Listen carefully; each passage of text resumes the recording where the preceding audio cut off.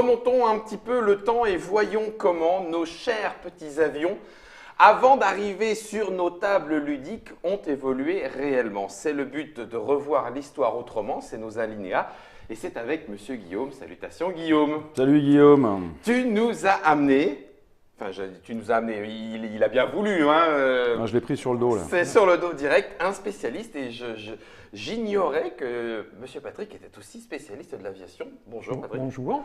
C'est ta casquette même presque principale, entre guillemets. C'est lié à mes activités professionnelles, oui. Puisque tu travailles en lien avec le ministère de la Défense, ça on a le droit de le dire. Oui. Voilà, et on s'arrêtera là. Oui, Tu viens pour toi, là, on est c'est d'accord. pas du tout lié à des aspects professionnels, là c'est moi. C'est toi. Cela étant, l'aviation militaire est ta marotte et tu vas pouvoir nous en parler suivant 3 périodes. Guillaume, m'as-tu informé? Oui, alors en fait, bienvenue à tous de suivre l'émission. Ce qui nous intéressait avec Patrick, dans le cadre de cet alinéa, c'est de retracer l'histoire de la puissance aérienne, qui est une histoire relativement moderne, puisque c'est une histoire qui débute au début du XXe siècle, et de voir dans l'actualité, parce que c'est ce qui nous a fait y penser, comment on pouvait la mettre en perspective et comment en fait cette notion de puissance et de force aérienne s'était développée au cours de l'histoire. Dans l'actualité récente des 10 dernières années, on peut se rendre compte que ce soit dans ce qui se passe en Libye, dans ce qui s'est passé par exemple en Syrie, on parle toujours en fait de la prééminence en fait notamment de l'arme aérienne, peut-être au détriment des autres armes. Et là, on a commencé un petit peu à réfléchir avec Patrick sur le fait que peut-être aujourd'hui, fallait-il remettre un petit peu en perspective l'évolution de cette arme, comment elle était utilisée, comment elle s'intégrait dans le cadre d'un contexte politique et surtout comment elle fonctionnait également avec les autres armées, donc bien évidemment l'armée de terre et puis la marine. Et il y a aussi une chose que Patrick abordera, c'est aujourd'hui, y a-t-il réellement justement une stratégie par exemple aérienne? L'armée de l'air ou une armée de l'air peut-elle gagner un conflit?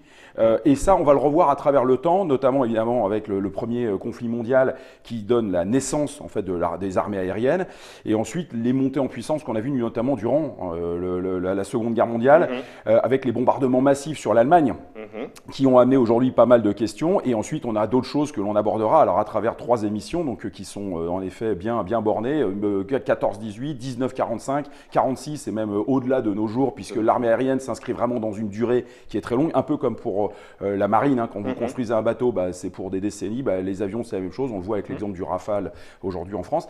Mais ce qui est intéressant, c'est de voir après comment en effet ces histoires de stratégie vont se retrouver à travers aussi des campagnes comme la guerre du Vietnam et en effet des conflits beaucoup plus récents. Donc ça nous a donné cette idée. Une vraie matière. Une vraie matière avec Patrick qui est donc un spécialiste du sujet, de présenter en effet aujourd'hui comment cette histoire finalement d'une arme s'intégrait dans une grande histoire, une histoire de la stratégie.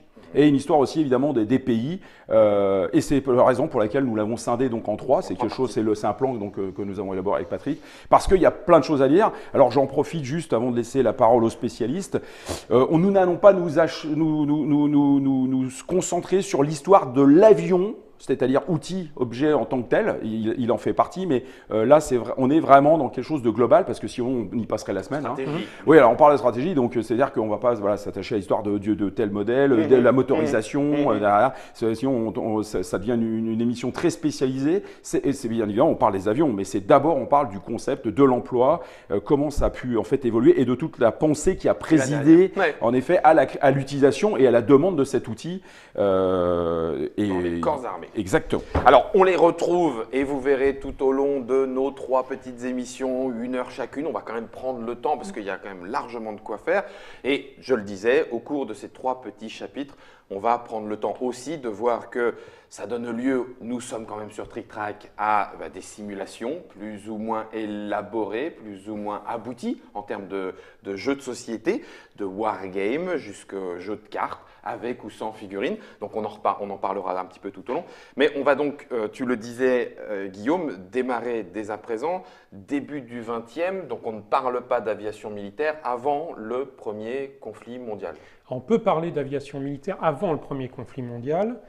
On peut parler d'emploi d'objets volants à partir de 1785. Oui. c'est-à-dire le premier vol de la montgolfière. On peut en parler parce que les ballons ont été utilisés en particulier au début par les forces révolutionnaires, mais vite abandonnés. Donc je ne vais pas développer, j'en avais déjà parlé dans les émissions sur Napoléon. C'est simplement parce que l'infrastructure était tellement lourde que ça ne pouvait pas suivre en dehors des sièges. Mais les sièges, ce n'était plus le mode d'opération privilégié, donc ça ne pouvait pas suivre. À part le ballon, on n'a rien. Donc on a la première lutte, mais je vais aller très vite là-dessus, c'est entre ce qu'on appelle le plus léger clair. La montgolfière, c'est du plus léger clair, c'est l'air chaud. C'est ce qui permet à la montgolfière de s'élever. Et après, on prend l'hydrogène. L'hydrogène, plus léger clair, qui, dans des ballons, permettent à un dirigeable ou un ballon de s'élever. Simplement, le problème, on va le voir pendant la Première Guerre mondiale jusqu'à l'incident de Lindenburg à la veille de la Seconde, l'hydrogène, c'est inflammable, donc très fragile. L'hélium est une solution, mais j'en reparlerai par la suite. Okay. Ce qui fait le démarrage réellement de l'aéronautique en tant que tel, c'est le plus lourd que l'air, donc c'est l'avion. Et l'avion ne peut se développer que dès le moment où on a un moteur qui est suffisamment léger. Donc Clément Ader, à la fin du 19e siècle, produit des moteurs à vapeur. Donc n'oublions pas que le terme avion correspond, a été pris officiellement par les services de l'aéronautique français, militaires, comme le terme à utiliser pour rendre hommage à Clément Ader qui avait fait l'avion 3. Mais ce n'est pas un terme, normalement on aurait dû employer aéronef, comme les Anglais disent airplane. Ou aéroplane. Ou aéroplane, aéronef, airplane. Et il y a eu un choix officiel de dire les avions de l'armée vont s'appeler avions pour rendre hommage à Clément Ader qui a été quasiment un des premiers théoriciens de l'emploi de l'avion, de l'arme aérienne au combat, alors que personne n'avait encore volé. Il a écrit des ouvrages qu'on peut essayer de retrouver pour l'instant, je les citerai tout à l'heure, mais où il décrit déjà l'importance des bases, où il commence à décrire le porte-avions, etc. Alors que personne n'avait encore volé. Il avait déjà pensé à ça. Mais donc, on a une évolution. On a le premier vol des Frere Wright à Kitty Hawk aux États-Unis. Donc, la question entre les Américains et les Français de savoir est-ce que Clément Ader est le premier à avoir volé ou eux, bon, on ne va pas rentrer là-dedans. Donc, en fait, il y a des Allemands aussi qui ont beaucoup travaillé. Otto Lilienthal qui a travaillé sur les planeurs en Allemagne, mais il y a aussi un Allemand qu'on a découvert assez récemment qui a émigré aux États-Unis et qui aurait volé réellement avant les frères Wright. Donc, bon, dire qui est le premier, c'est une question de nationalisme, d'intérêt, etc. Je ne vais pas rentrer là-dedans. Peu importe. Mais en tout cas, tout le monde s'intéresse à ça parce qu'il y a des moteurs très peu puissants, mais on peut commencer à penser à voler. Donc, on est dans tout début du XXe siècle. On commence à y penser du point de vue militaire, réellement aux environs des années 1909 pour la France. Dès 1911, on commence à avoir un emploi de l'arme aérienne, c'est-à-dire des premiers bombardements, mais c'est un avion qui balance des bombinettes. On est déjà en Libye, tripolitaine, c'est un avion italien. Donc on est entre 1908-1909 à un moment où on se dit comment on va décoller bêtement. Après, comment on va faire aller de tel point à tel point à une certaine altitude. Après, comment on va faire une boucle. Non, je ne vais pas faire le détail de l'histoire de l'aéronautique, ça on peut le trouver ailleurs. 1909, on commence à se dire il va falloir réfléchir à la possibilité de l'employer militairement. Avec des célèbres phrases du style pour l'armée, tout ça c'est zéro, ce n'est que du sport, qu'on reproche à des officiers généraux, futurs maréchaux de la Première Guerre mondiale. Mais à l'époque, c'était la vérité. Je veux dire, l'état réel, technique d'avancement de l'aéronautique, c'était pas très sérieux, très fragile, s'élevant peu. Bon. Mais entre 1909 et 1914, tout change. C'est-à-dire que les progrès sont tels qu'il y a déjà on pensait au dirigeable, donc le plus loin, le plus léger clair, et on s'est rendu compte que l'avion, dans les cas où, par exemple, les conditions météorologiques lors de manœuvres, en particulier en France et en Allemagne, lors de conditions météorologiques difficiles, eh bien, le dirigeable était fragile par rapport au vent, etc., et l'aéroplane était plus solide. Et on a commencé à y penser. Alors en France, en particulier, il y a je ne peux pas faire l'histoire de l'ensemble des armées, je vais prendre l'exemple français. Il y a deux écoles, et deux écoles qui dans leur opposition, démontrent aussi quelque chose qu'on retrouve maintenant. C'est-à-dire que ce que je vais essayer de démontrer, c'est que les grands questionnements continuent maintenant. il y a une position qui est celle, il n'y a pas d'aéronautique militaire avant 1912. Il y a une position qui est celle du génie. Et le génie, traditionnellement, ce sont les gens qui font les cartes, etc. Donc le génie, lui, ce qu'il veut, c'est des avions pour faire de la reconnaissance en allant loin. Donc avec de l'altitude et loin. Simplement, à l'époque, les capacités des avions ne permettent pas forcément ça. Quelques kilomètres, juste pour... parce que moi, je ne me rends pas compte du tout. Oui, on peut avoir 3 heures de vol, mais on est à moins de 100 km/h, on ne va pas très loin, on va retourner. Et en plus, on décolle, mais on n'est pas sûr d'aller très loin parce que le moteur va s'arrêter. Non, mais il fallait quand même être un peu courageux, voire plus, pour monter dans ces trucs-là. C'est clair. C'est fait, c'est de la toile, c'est du bois, c'est de la corde à piano, et avec un moteur qui a, je dirais, 30% de chance de s'arrêter en cours de route. Donc, non, faut vouloir. Ouais, d'accord. D'où l'expression planer. Il faut savoir planer. Planer. Oui, mais avec des appareils qui ne peuvent pas planer. Parce qu'ils sont plus lourds, vraiment trop, et pas voilà, parce que là, les études aérodynamiques, on commence aussi. Donc, on a des trucs, c'est plutôt des fers à repasser. Bon, on a le génie qui veut ça. Et vous avez l'artillerie. Donc, je vais parler de quelqu'un qui est très célèbre, au moins parce qu'il est fondateur dans 2 domaines. C'est le lieutenant-colonel, puis général Estienne, Jean-Baptiste Eugène Estienne, qui crée ce qu'on appelle l'établissement de Vincennes, qui est celui de l'artillerie. Et l'artillerie, là, elle s'intéresse à... on sait que l'artillerie ne peut plus être en première ligne comme la période napoléonienne jusqu'à la fin du 19e, parce que les portées des armes d'infanterie sont telles que ce n'est pas la peine. Donc on commence à faire du tir indirect de l'artillerie. C'est-à-dire que les pièces d'artillerie ne voient pas leur objectif, et on a des observateurs qui disent... à tel point, Et là, on se dit, ah bah l'avion, c'est super, parce que super observateur, même dans la guerre terrestre, qu'on recherche avant tout, c'est le point haut. Les tableaux avec Napoléon, vous voyez, il est sur un point haut qui lui permet de voir tout le... Tout à fait. Ben, qu'est-ce qu'il y a comme meilleur point haut, surtout quand il n'y en a pas? C'est l'avion. Donc Estienne va travailler sur le réglage du tir d'artillerie à partir de ce point haut qui est l'aéroplane. Donc ça implique beaucoup de problèmes. C'est comment... il n'y a pas de radio sur les avions. Comment on fait passer l'information de l'observateur qui est dans l'avion comment il peut indiquer sur des choses on ne sait pas. Même le tir indirect à partir d'observateurs au sol, on est au début. Donc c'est très très compliqué. Et c'est, dès le départ, la technologie de pointe de l'époque. Pour aller, nous n'avons qu'une heure, 1914, il y a une prise de conscience. Il y a une prise de conscience, c'est si on prend, je ne vais pas donner les chiffres en détail, parce qu'on ne va pas... Mais si on prend en 1914, au moment de l'entrée en guerre, la Russie, l'Allemagne ont à peu près les mêmes effectifs, que ce soit en termes de dirigeables ou d'avions. Nous en avons un peu moins, mais on est environ dans 100-150 appareils de chaque côté. Les Allemands ont 12 grands dirigeables, les Russes aussi, nous on en a un peu moins. Mais on a quand même un ferment, mais ça dépend de l'armée de terre. On ne parle pas d'armée de l'air. C'est un service de l'armée de terre, avec cette vision, le réglage du tir d'artillerie, et reconnaissance. Par contre, on a déjà travaillé, on s'est dit si on est en l'air, on va se battre.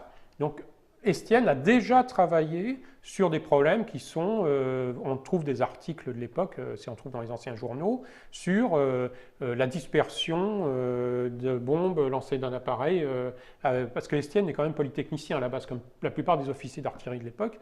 Donc on a des vraies études déjà.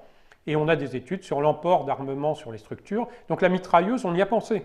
Simplement, on l'a essayé au sol. Vu la structure de l'avion en bois, etc., on faisait tirer la mitrailleuse au sol. Ça trépidait tellement que l'avion avait tendance à se désagréger. Donc on s'est dit, c'est pas possible. Mais on est autrement que l'attitude de l'avion en l'air. Mais parce que la structure... Et en même temps, les moteurs sont tellement peu puissants que c'est déjà bien qu'ils portent leur poids et le poids d'une ou deux personnes avec eux.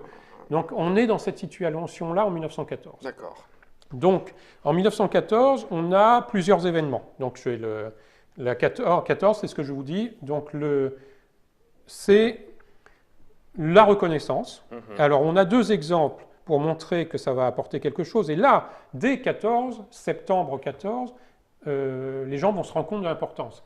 La bataille de la Marne, les mouvements allemands où l'on voit qu'il y a une brèche qui se crée volontairement chez les Allemands lors de leur avancée vers Paris, après leur grand mouvement du plan Schlieffen, eh bien c'est un avion qui va permettre de le découvrir.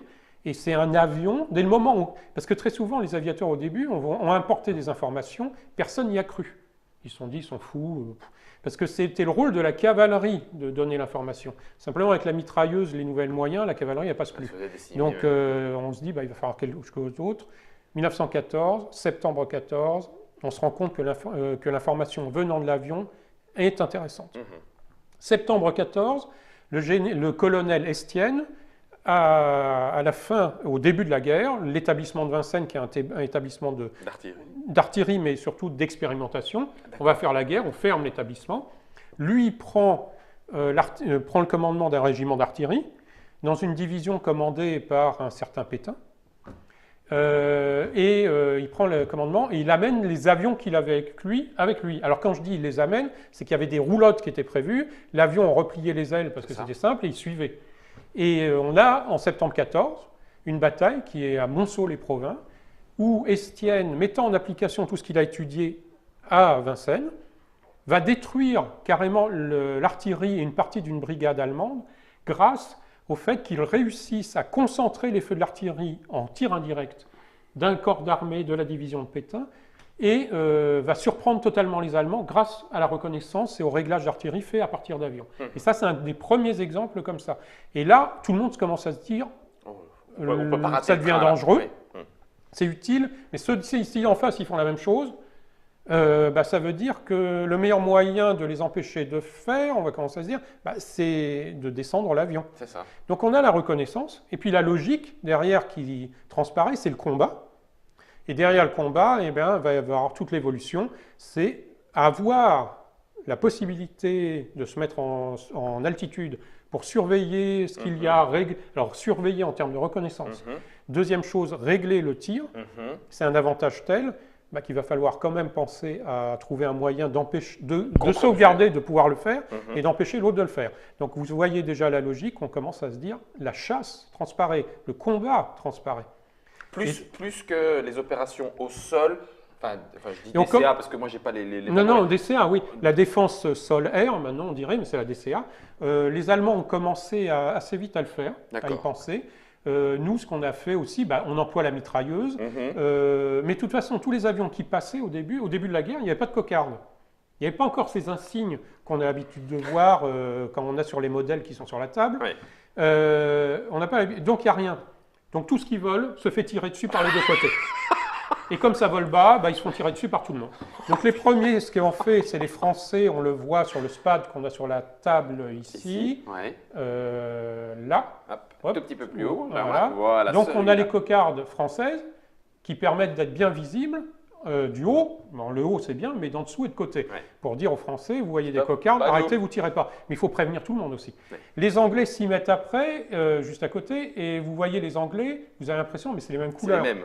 Et en fait, ils ont choisi les cocardes françaises, mais en inversant les couleurs pour bien montrer qu'ils ne sont pas français. Mais en fait, vous avez l'impression d'avoir la même chose en inversé. C'est parce qu'ils ont repris les cocardes françaises. C'est du bleu, blanc, et rouge. les Allemands, ils ont repris la croix de fer, qui est sur leur drapeau de guerre, etc. Et bon, ça permet de faire la différence. Bon, à une certaine altitude, je peux vous assurer qu'on ne voit pas les insignes, mais ça permet d'aller. Donc, je vous ai... Il y avait juste une chose, est-ce que ça coûte cher un avion à cette époque Un avion, ça coûte toujours cher, parce que c'est toujours au summum des techniques de l'époque. C'est ça. Alors, proportionnellement, un avion coûte moins cher, et on en parlera pendant la troisième émission, que les prix que nous avons maintenant. Mais il y a une forme de courbe. La loi d'Augustine, un peu, j'en parlerai après, où on arrive à des trucs où on se dit, pour avoir les capacités que l'on souhaite avoir, ça va coûter toujours de plus en plus cher. Et pour avoir une augmentation de capacité de 10%, ça va coûter 30% plus cher. Donc on arrive à des choses... À l'époque, c'est quand même assez cher, parce que c'est assez cher au regard de quoi? On faisait la guerre avant à coup d'artillerie, qui est cher déjà, à coup de cavalerie, je parle de la guerre terrestre, cavalerie, infanterie. Le fantassin, il n'y a pas le char à cette époque-là. Le fantassin, il ne coûte pas cher.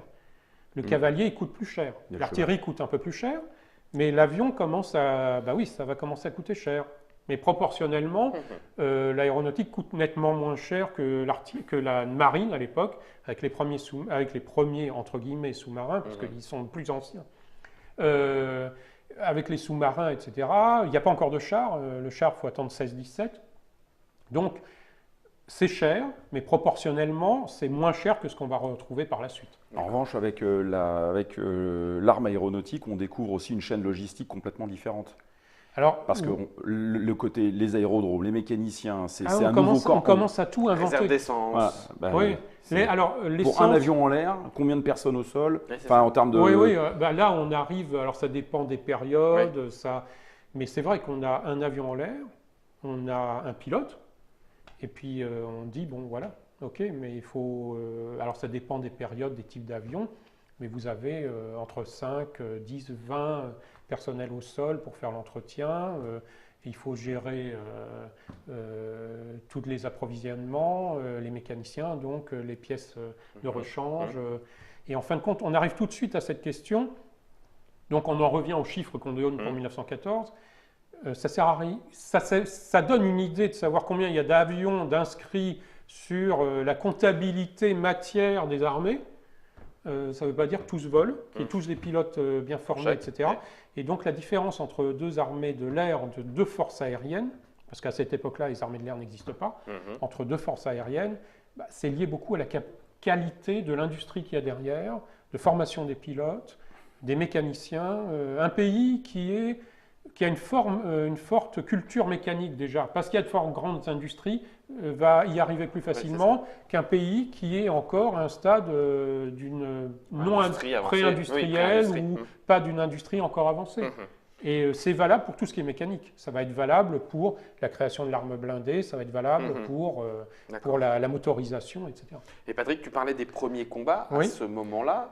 Pour les premiers combattants aériens, c'est apprentissage sur le tas. Oui. Alors on commence au pistolet. D'avion à avion. Voilà. On commence au fusil. On commence au mousqueton, etc. Alors pour toucher quelque chose, il faut que soit l'un ait beaucoup de choses, soit l'autre ait vraiment pas de chance. Ou alors on a des gens qui tirent extrêmement bien, ça arrive aussi. Et on en verra. Mais en fait, la première victoire, c'est Franz Queneau. La première victoire aérienne par le feu, c'est deux Français. Donc là, on arrive sur ce type d'appareil, c'est-à-dire sur un appareil déjà, c'est un voisin, donc qui ressemble à ça.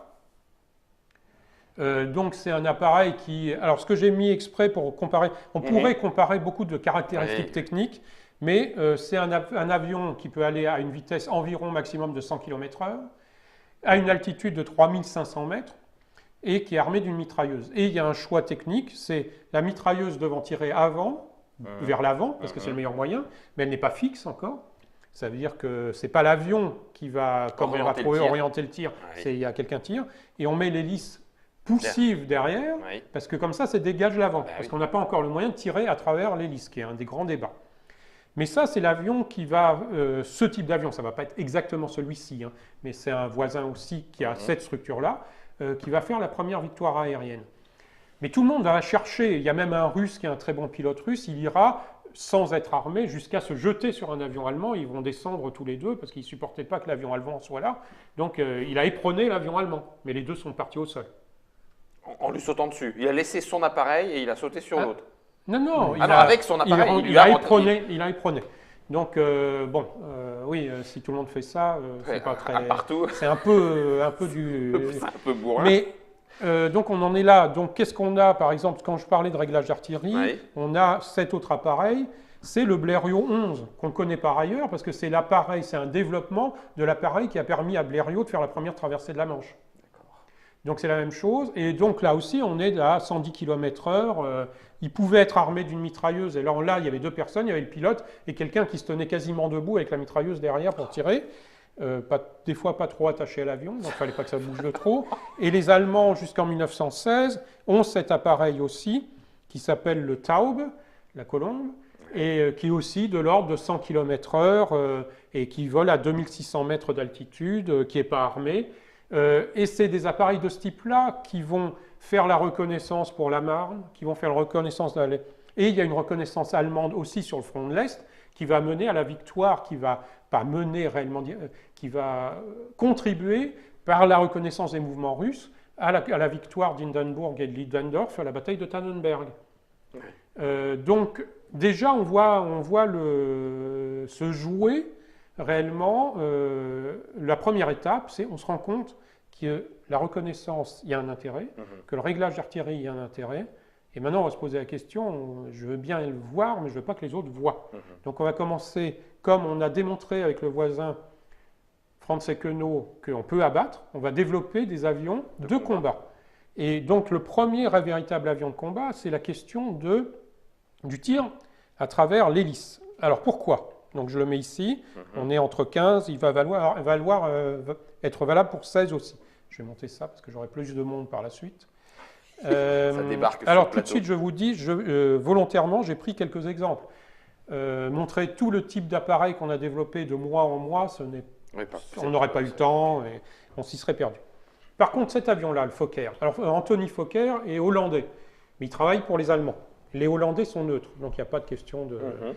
Donc, il y a toute une série de légendes, de mythes. Un des premiers essais pour tirer à travers l'hélice, c'est sur un appareil Morane-Saulnier, fait par un aviateur très connu, mais pas très connu pour réellement ce qu'il a fait, un certain Roland Garros, qui, contrairement à ce qu'on pense, n'était pas un joueur de tennis. C'était un aviateur qui a fait la première traversée avant la guerre de la Méditerranée en avion. Donc, et Garros avait travaillé aussi un peu avec Estienne. Donc, il travaille avec Saulnier.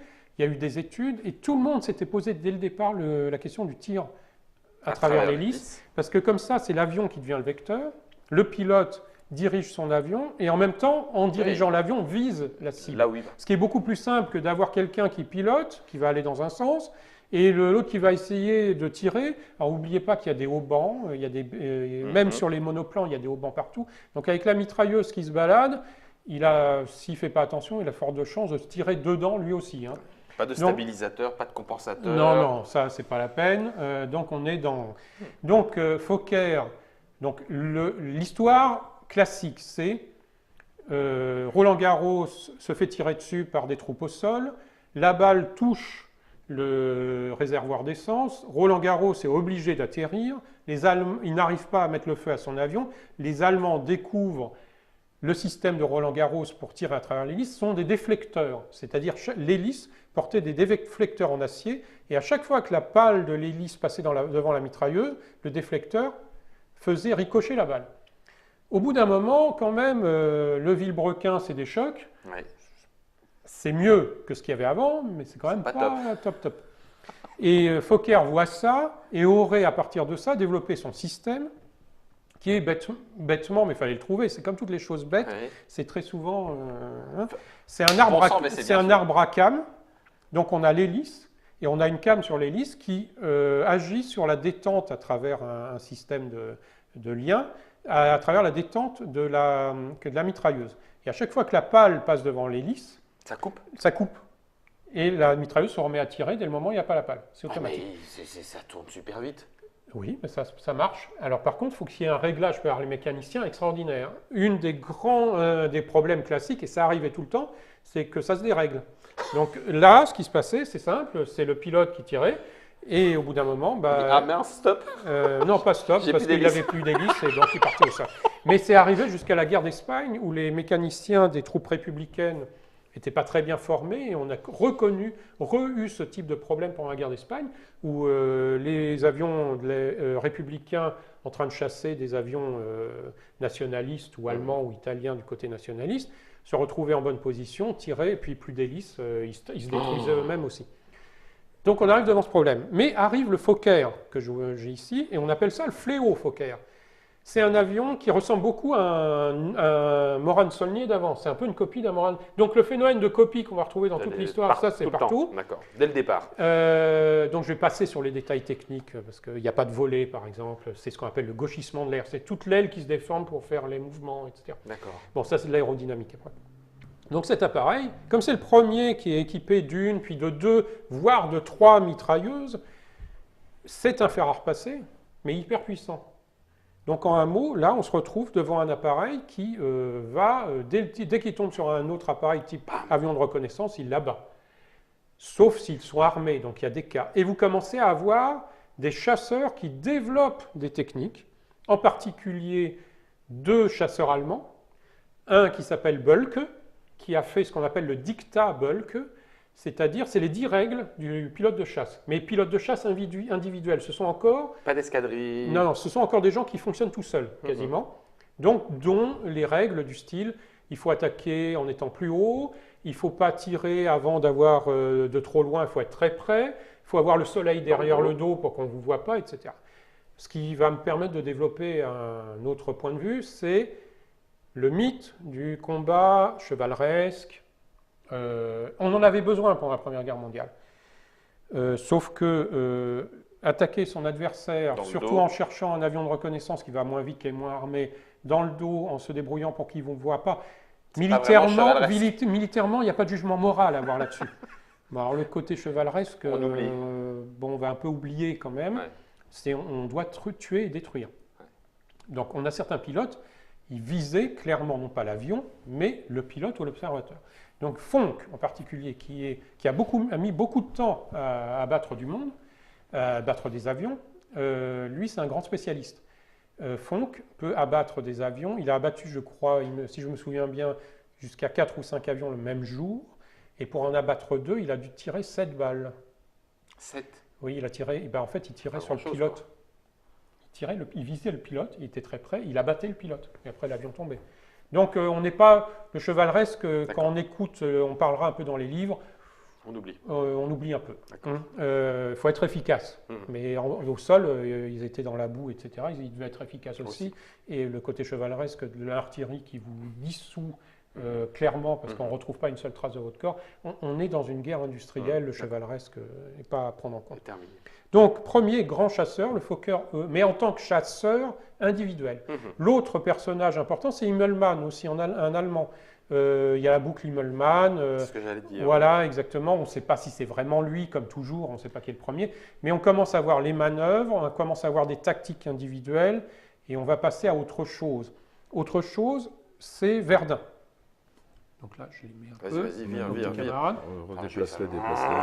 Alors là, on est en 1916. Alors certains ont trouvé qu'on va vite, mais c'est sur les principes. Oui, puis c'est surtout, en fait, c'est ce que l'on disait. L'objectif, c'est de montrer comment la pensée aérienne est née, puisque là, c'est vrai que là, le début de cet exposé montre que, bien évidemment, c'est d'une manière un peu empirique. On en arrive à développer des techniques, mais en effet, à partir de Verdun, déjà les effectifs ne sont plus les mêmes. L'industrie, justement, a pris le relais, commence à monter en puissance. Et là, on va commencer. Dans 2 ans, on est passé de quoi? Alors, ça veut dire à une centaine, à quoi? On a une centaine pour l'ensemble. Pour l'ensemble. La Verdun, février 16, quand les Allemands commencent l'offensive, qu'est-ce qu'ils recherchent? À empêcher les Français de voir pour employer leur artillerie. Donc, de manière globale, c'est-à-dire de saturer le terrain pour empêcher, pour aveugler littéralement les Français. Exactement. C'est une vraie réflexion. Non shall pass. Voilà. Donc qu'est-ce qu'on fait? On commence à avoir la pensée autour de la supériorité aérienne. Et la supériorité aérienne, c'est au moins sur une zone, si on ne peut pas sur l'ensemble du front, il n'y a rien qui vole en face. Donc qu'est-ce qu'on fait? On emploie notre chasse, on concentre notre chasse qui accompagne la manœuvre terrestre, par exemple, ici, pour l'offensive, de façon à ce qu'aucun appareil de reconnaissance ou de réglage d'artillerie adverse ne puisse faire leur travail. Donc, dès qu'il y en a un qui apparaît, on le descend. Donc, avec tous les moyens, chasse, au sol. Chasse. Je parle de la chasse. Je parle de la chasse. Okay. Donc la supériorité aérienne est obtenue grâce à une concentration des moyens de chasse. Donc les Allemands font ça. Les Français très vite se rendent compte qu'ils ont des difficultés à bloquer, d'autant plus que les Allemands ont concentré l'ensemble des moyens, c'est-à-dire concentration d'artillerie jamais vue jusqu'à présent. Eux, ça leur permet, en ayant cette supériorité, d'avoir leurs avions qui font le réglage d'artillerie et la reconnaissance. Nous, on ne l'a pas. Donc là, tout de suite, on se dit, il faut absolument qu'on le regagne. Donc c'est la célèbre phrase de Pétain à un commandant qui s'appelle De Rose, qui est commandant de la chasse française, qui va prendre en charge la chasse et dire on arrête d'y aller tout seul, l'avion qui décolle, qui va voir s'il y a un appareil ennemi, il faut déjà le trouver, etc. Il dit non, on agit en groupe, nous aussi, on concentre aussi nos forces au niveau presque opératif, c'est d'ailleurs au niveau du théâtre là, mais c'est quasiment tactico-opératif, mais tactiquement réellement, je ne veux plus d'avions qui fonctionne seul, le pilote qui part seul. Là, c'est un groupe, et dans le combat aussi, je veux faire peser le poids. Ce que je veux, c'est qu'il n'y ait plus d'avions allemands en face. Donc, lui, il va fonctionner avec un appareil, il faut que je le retrouve, qui est devenu célèbre, qui a permis ça, qui va s'opposer au Fokker, c'est le Nieuport 11 dit BB. Alors BB, c'est pas parce qu'il est petit, parce que l'avion est très petit aussi. C'est ce qu'on appelle un sextiplan. Sextiplan, donc c'est pas vraiment un biplan. Ça, la deuxième aile est plutôt là pour renforcer la structure. BB, c'est parce que chez Nieuport, B, ça voulait dire biplan, et dans l'armée française, c'est biplan, et le B, c'est parce que ça correspondait au numérotage des séries dans l'aviation, donc BB. Le B. Voilà, C'est et le B on a gardé BB. Mais comme on voit à l'évolution, là, on passe déjà d'un avion qui va à 155 km/h, on a gagné 50 km/h, qui monte à 4500 mètres, on a gagné 1000 mètres, et là, qui est armé mitrailleuse, et qui porte en plus, qu'on voit ici, des fusées Le Prieur. C'est comme des fusées de feu d'artifice qui sont faits pour abattre l'autre moyen de réglage d'artillerie et de reconnaissance. Ce sont des ballons, alors soit des dirigeables, soit des ballons fixes, c'est d'ailleurs des ballons, ce qu'on appelle des saucisses. C'est des ballons qui sont fixes, reliés au sol, avec un observateur qui est dans une nacelle. Eux aussi participent à la reconnaissance. Donc la première chose que vont faire les avions, aussi, soit avec les fusées Le Prieur, soit avec des munitions incendiaires tirées par les mitrailleuses, c'est d'incendier ces ballons qui sont à l'hydrogène. Donc on voit la fragilité. C'est l'époque où se développe aussi chez les Anglais l'appareil de chasse qui s'appelle où on commence à voir les premiers as, justement, c'est-à-dire au-dessus de 5 victoires aériennes. C'est le Airco DH2, où on a les premiers as anglais. Donc on est déjà à 150, mais on est encore, la mitrailleuse est devenue fixe, mais on est encore sur une hélice poussive. On monte à 4200 mètres, on a un armement d'une mitrailleuse. Tu dis qu'un as, c'était 5 parce que le taux de survie était très faible ou parce que réussir à abattre un avion, c'était déjà alors, faut bien voir une chose. Il y a un aspect, il y a deux aspects. Il y a un aspect courage individuel, parce que déjà, comme je disais, monter là-dedans, fallait aimer, fallait vouloir.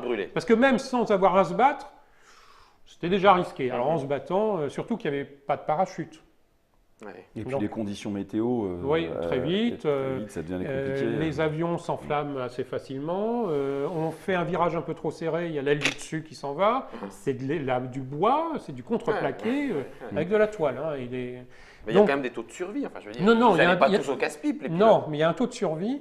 Et en même temps, on a un besoin. Parce qu'au sol, c'est le moment en 1916. On commence à être dans les tranchées, c'est la guerre affreuse. Et on veut, pour des raisons de propagande, le héros sur la guerre terrestre, c'est-à-dire Murat, ça n'existe plus. Il faut maintenir le moral. On a des gens qui sont en dehors de la boue, qui sont les aigles. Et donc après, aussi, on s'est dit, il y en a un qui abat un ou deux avions. On se dit, quand il commence à en abattre 5, ça veut dire que ça commence à devenir quelqu'un qui connaît. Donc ça devient l'as. Et là, en moyenne, on considère que les as, on les comptabilise à partir de 5. D'accord.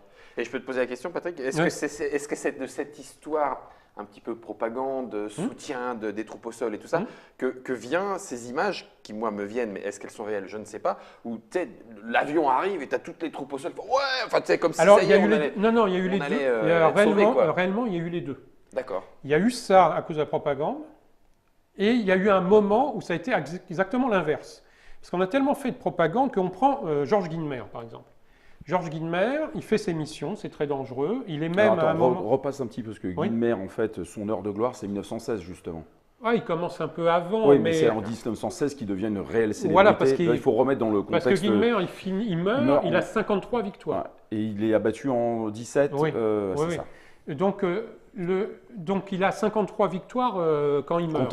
Comptabilisées. Mais en même temps, ça veut dire qu'il est passé. Mais on a cherché, parce qu'il est jeune, il meurt, il a 23 ans. Il est tout jeune, il est maigrelet, il a des problèmes de. C'est vraiment sa volonté qui l'a fait s'engager. Et donc, il est là, mais au bout d'un moment, il fait la une des journaux. Quand il finit, il retourne à Paris de temps en temps, il va manger au Fouquet's. Il a une maîtresse qui est une actrice célèbre. Non, mais ce que je veux dire, c'est l'image justement de l'écharpe blanche, Ouais. vous voyez tout ce que je voulais dire. Ouais. Et oui, mais celui qui est dans la boue, qui pendant 15 jours, soldat et officier, lui, Bouffe du rat. etc., au début, il se dit, c'est important, Non, je préfère avoir des avions de chez moi qui me survolent, donc j'applaudis, parce que si je vois des avions de chez moi, ça veut dire que l'avion de reconnaissance, l'avion de réglage artillerie allemand, il n'est pas là. Donc je vais moins me prendre dans ce qu'ils appellent, je vais moins me faire marmiter, c'était le terme de l'époque. Mais après, au bout d'un moment, ce côté mythologie, une des journaux, Star System, bah, se retourne un peu contre les pilotes de chasse, parce que là, on parle des pilotes de chasse, les autres. Oui. Les pilotes de chasse, ce Star System se retourne contre eux parce qu'on se dit, mais ils ont la belle vie. Par rapport à celui qui peut subir des bombardements d'artillerie dans sa tranchée qui vont durer 5 jours, etc. Donc, ça n'empêche pas que Guynemer, à un moment, va avoir des problèmes nerveux à cause du stress, etc. Mais c'est quand même pas comparable. Il faut le courage pour monter dans l'avion. Et à un moment, ceux qui sont au sol vont dire, attendez, c'est et quoi nous, alors ils ont la belle vie, ils rentrent, ils ont une barre de l'escadrille. Nous, quand on est à Verdun, pendant 3 jours, on boit de l'eau croupie, et on perd la moitié des mecs qui vont chercher de l'eau dans les gourdes. Donc, ça, il y a ces deux côtés. Et ces deux côtés sont présents. D'accord. Après, à la même période, on arrive avec le SPAD, 1916. Donc, avion français cette fois-ci, où on arrive à une vitesse de 155 aussi. Vous voyez, il y a déjà un progrès. 4500, une mitrailleuse aussi. Et les Allemands, le Fokker, par rapport à la maniabilité de tous ces avions-là, est dépassé. Les Allemands développent les Albatros, là où on arrive à 175 km/h. Donc déjà, à chaque fois, en fait, en aéronautique, quand on regarde les moments où tel pilote abat le plus dans les grands astres qui réussissent à survivre, c'est le moment où ils ont soit un avantage tactique, donc le moment où les Allemands commencent à fonctionner par escadrille, ça leur donne un avantage par rapport à ceux qui fonctionnent un par un.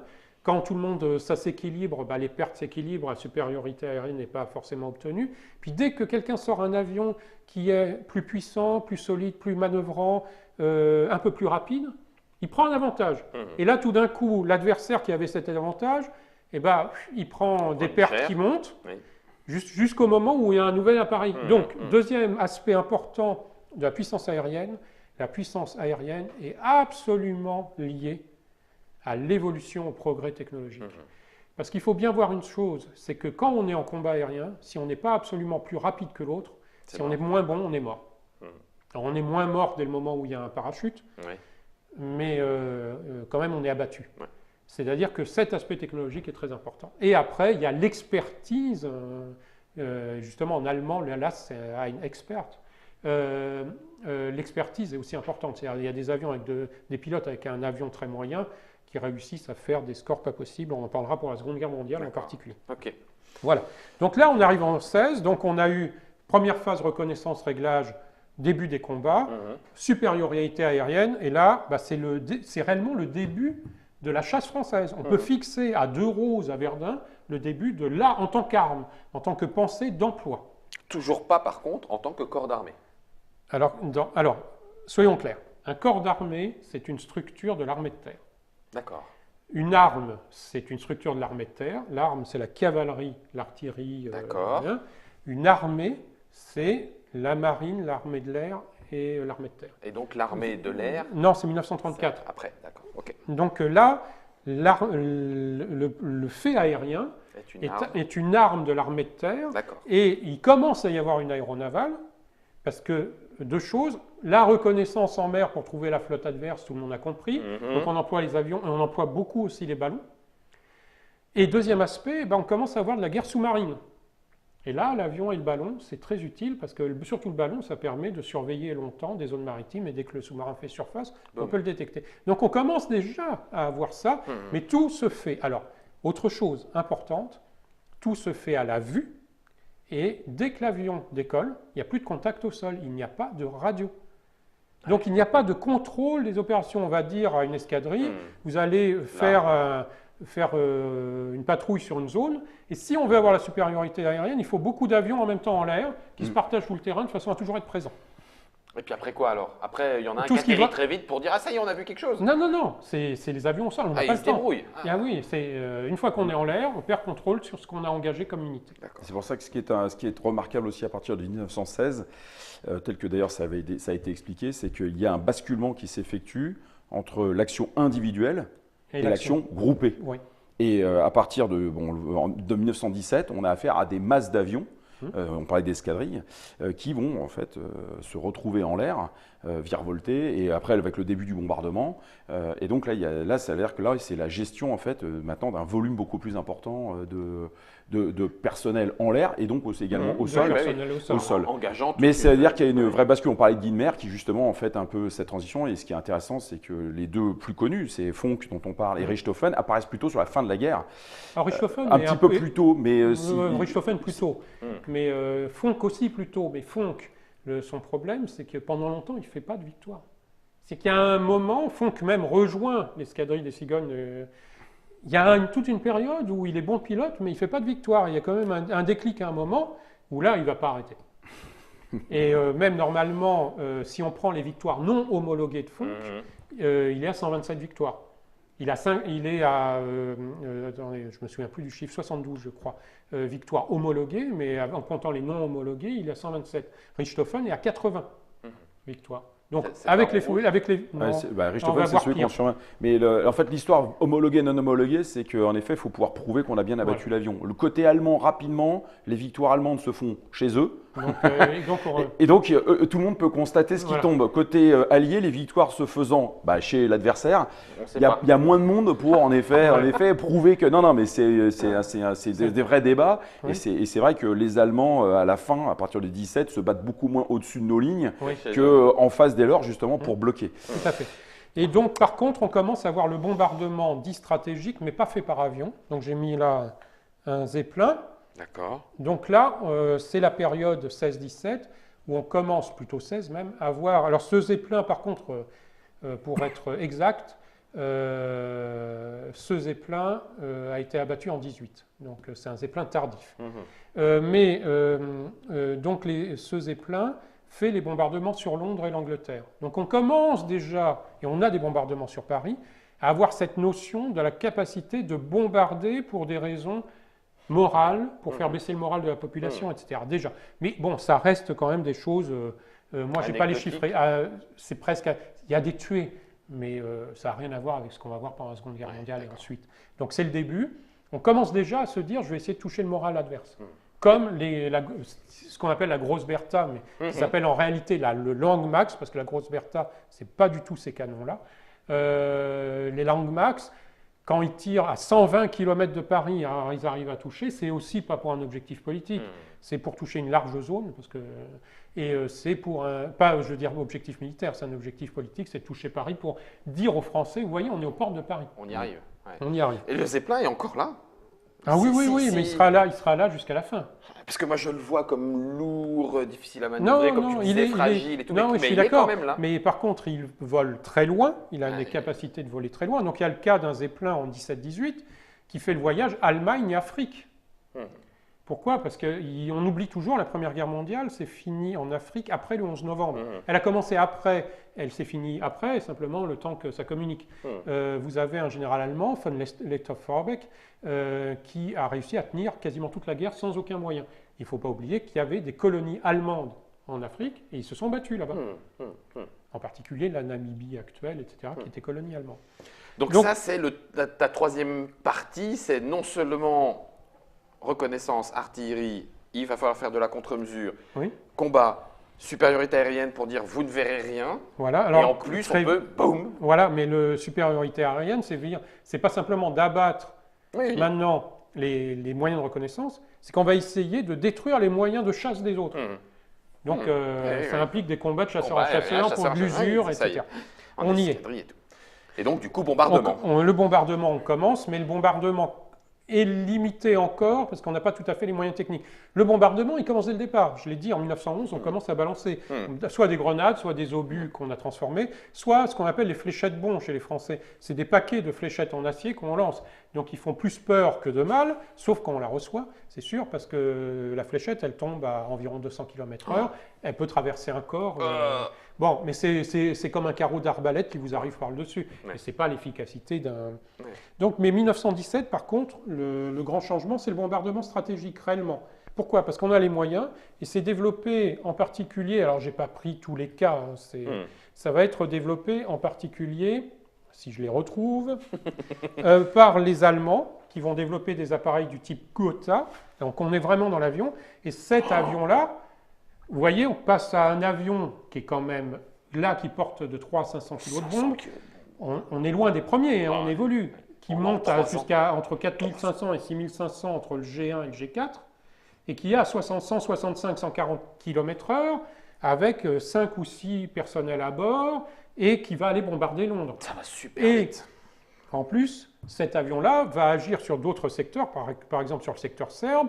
On va avoir des manœuvres qui vont se baser sur la destruction de points ferroviaires qui vont faciliter la manœuvre. Mais on est dans un bombardement stratégique quand c'est l'Angleterre. Dans le cas de la Serbie, c'est un bombardement qui va agir dans le cadre de la manœuvre terrestre.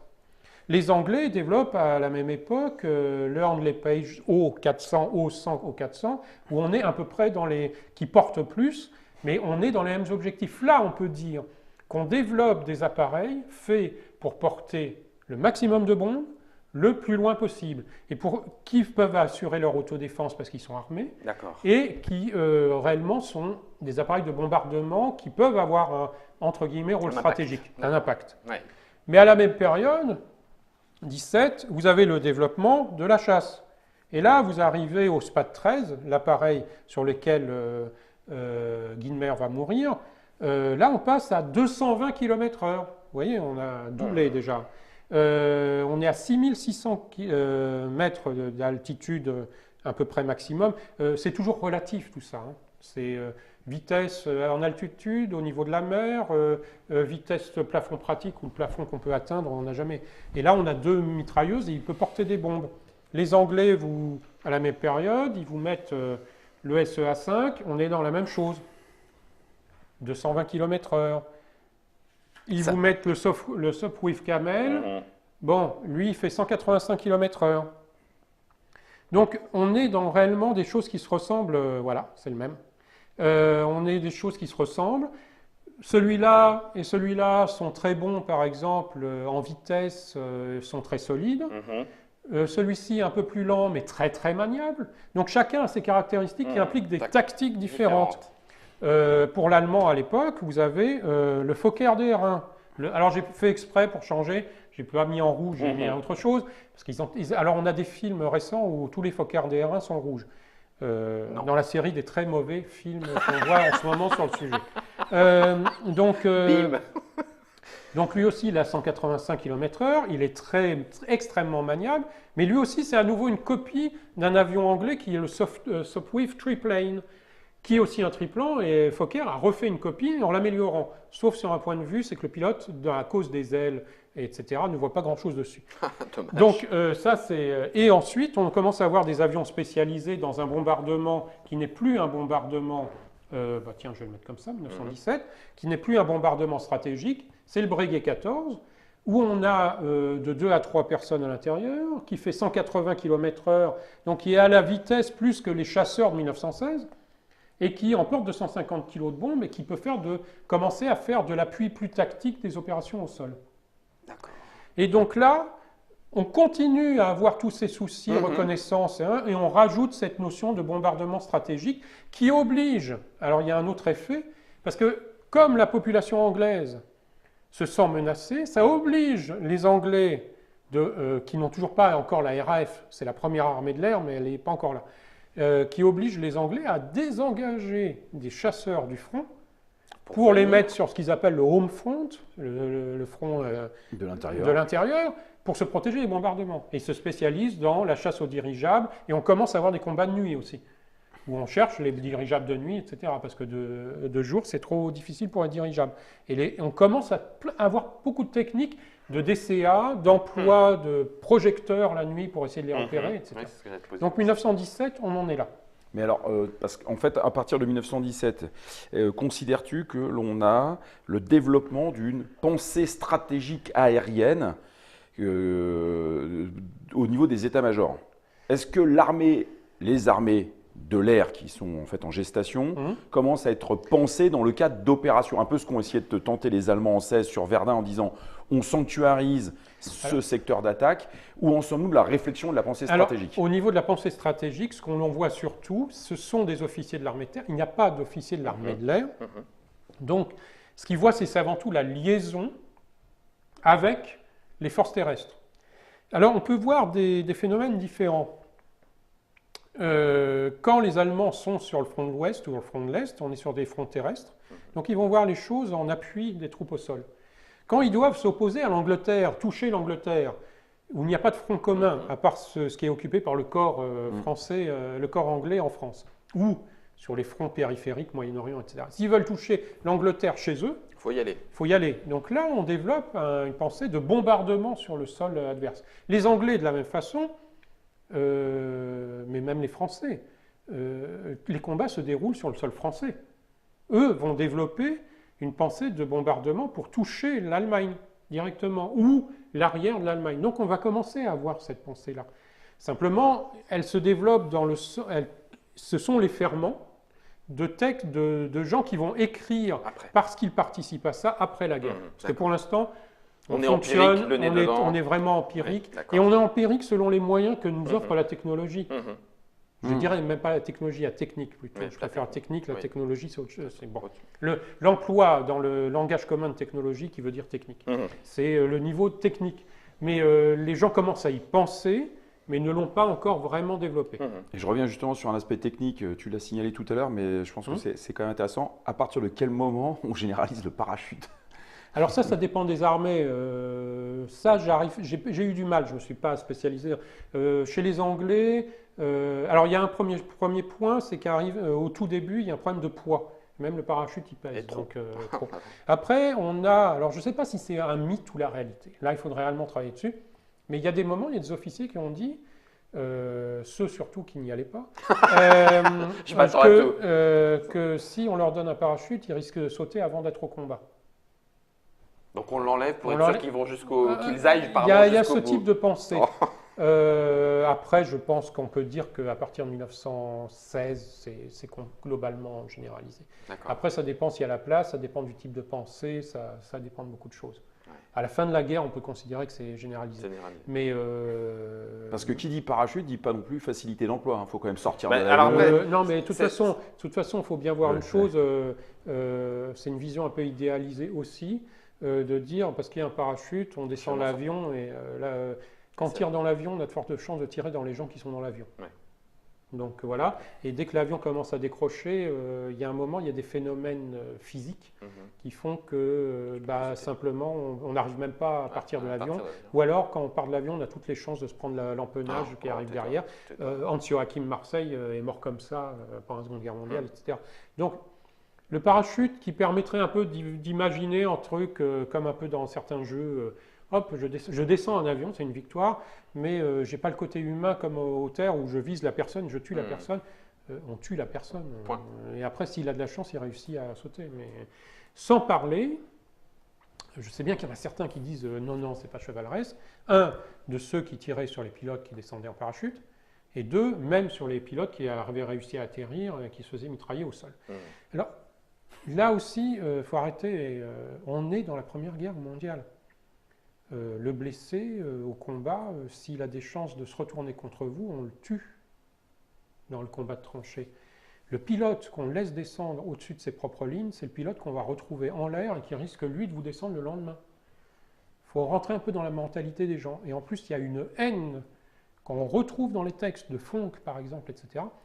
Il y a une haine chez Guynemer, une haine du Boche, par exemple, mais de l'autre côté aussi, qui font qu'il y en a certains, ils regardent avec joie la personne, le mitrailleur, je parlais, qui saute, qui est éjecté de l'avion à un moment, ils le regardent descendre par terre avec un plaisir non dissimulé, ils l'écrivent.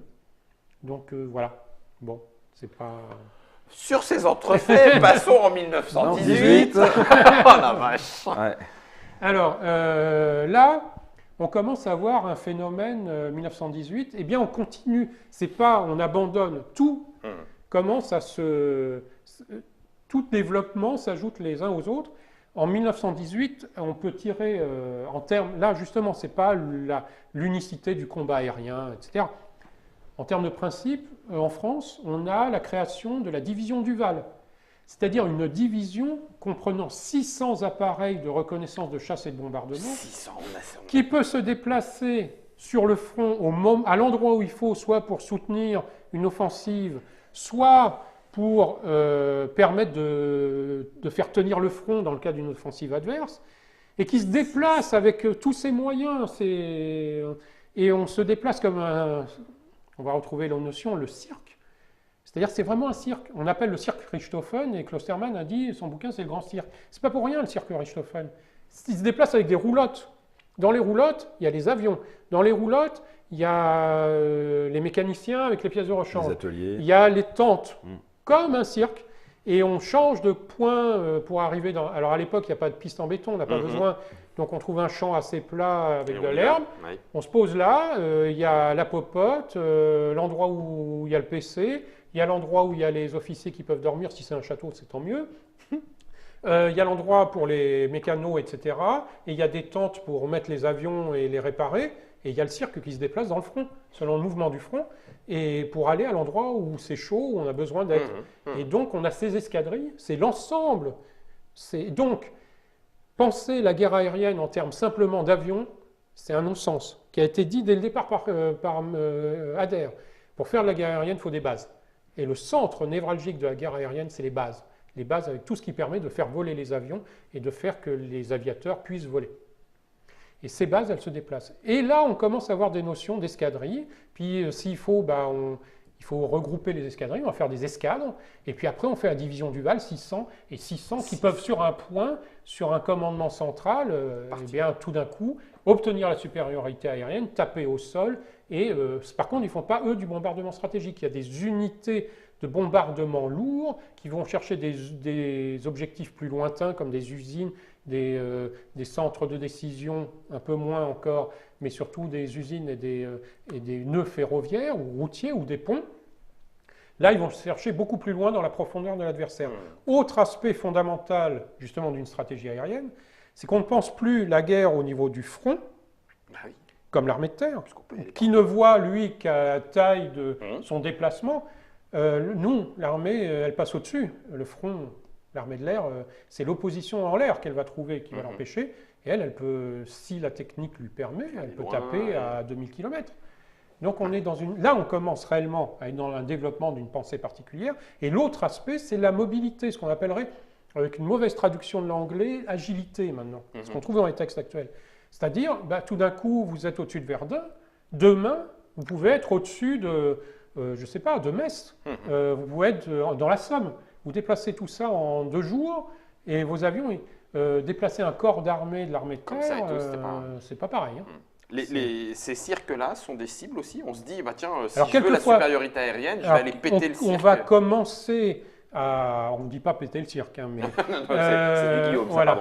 Pardon. Mais on commence à y penser, mais ce n'est pas encore complètement conceptualisé. Mais de temps en temps, si on peut, on se permet d'aller chatouiller l'autre dans sa base. En parlant de cirque, il y avait aussi le fait que les peintures notamment justement des unités allemandes de la fin de guerre avaient des côtés un peu chatoyants et assez originaux. C'est aussi ce qui avait renforcé en fait cette notion de flying circus côté allemand. On était un peu plus sobre côté allié. Oui, ça dépend. Il y en a certains qui le sont moins. Mais par exemple, c'est vrai, le Richthofen est en rouge. Mais vu le risque de... Tiens, un appareil a été abattu. C'est ça. C'est la DC à gros doigts. C'est la DC à gros doigts de Guillaume. Voilà, merci. Richthofen se met en rouge, mais c'est aussi pour que ses amis puissent le voir. Mais aussi, ça a un effet sur l'adversaire. S'il tombe sur un avion entièrement rouge, ils se disent « Ouf, je vais tomber sur lui. » C'est un champion. Là, rien qu'au moral, on se dit « Je vais aller... » Courage, fuyons. Et du coup, il y en a d'autres Allemands qui sont mis en rouge aussi. Comme ça, on fait le mais package. tout le monde n'était pas en rouge. D'accord. Je ne reviendrai pas sur les très mauvais films. Non, donc, mais ce qui est intéressant, en revanche, je reviens sur la logistique, c'est Hum. que lorsque l'on part de la division Duval, il faut concevoir que ça a été également planifié à l'avance. C'est-à-dire qu'en retrait du front, il y a un certain nombre de terrains qui ont été reconnus. C'est pas Oui. on va dans le terrain, Ah oui, c'est clair. dans le champ du Super paysan en Blaise. lui disant t'es gentil, tu retires tes vaches, et puis on va venir s'installer Hum. ici. Non, ça a été repéré. Il y a une concentration qui est énorme avec des voies d'accès, puisque c'est motorisé. Hein. La division Duval, c'est pas non plus, enfin c'est des carrioles, mais il y a des camions à la Oui. fin. Ah C'est oui, pas, c'est- on n'est pas à cheval. Hein. Oui. Et donc, c'est-à-dire que rapidement, on peut déplacer en effet des centaines d'avions, donc des milliers de personnes, donc c'est du personnel, mais tout a été préparé. C'est-à-dire que au sein du grand état-major français, c'est un joker enfin, qui est énorme, et Oui. on le verra l'utilisation en 18 justement lors Oui. des offensives allemandes et de la, Tout à fait. Il la faut le voir reconquête. maintenant. C'est là. Voilà. On y Et arrive. c'est là. C'est pour Et ça. donc, on a justement. deux exemples, justement, en 18, pendant les offensives allemandes, l'aviation a eu un grand rôle, comme les chars. Alors, c'est l'occasion de dire pour les chars, bah, c'est un certain Estienne aussi, qui est à la base de la création de l'arme blindée française.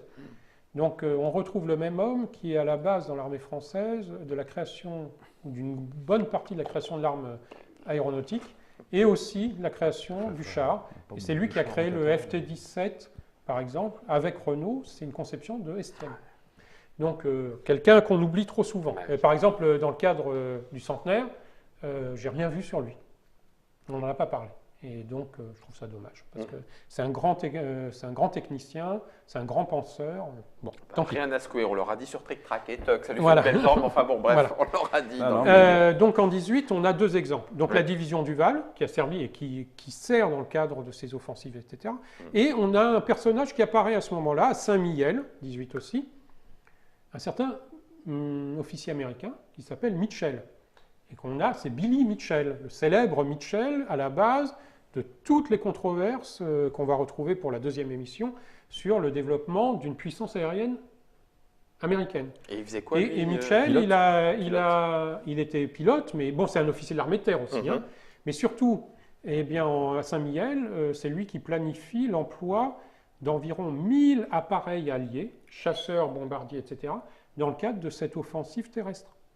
C'est-à-dire là, on arrive réellement à cette concentration. Mhm.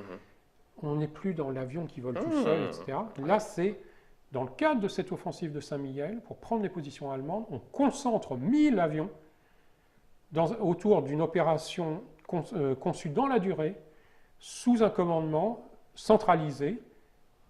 Je répète, commandement centralisé pour les grandes lignes, sachant qu'on a toujours le fait que dès que l'avion décolle, C'est fini. on perd le contrôle de l'avion. Donc voilà, on a 1000 avions, bombardiers, avions de reconnaissance chasseurs. On acquiert à nouveau, on continue à acquérir, mais alors là en mettant le paquet, la supériorité aérienne, et on fait de l'appui au sol. C'est-à-dire qu'on pense réellement à la supériorité aérienne, c'était combat en l'air pour empêcher la reconnaissance, etc. L'appui au sol, c'est, on a des appareils comme le Breguet, on a les chasseurs qui, au lieu d'aller, vont mitrailler les tranchées adverses. On a de l'appui au sol des troupes, et les Allemands ont fait la même chose. Alors donc les Allemands, pour faire ça, ils développent quelque chose, mais ils n'ont plus la puissance, c'est terminé. Ils développent ça, Juncker. le Junker, mais là il est plus en bois.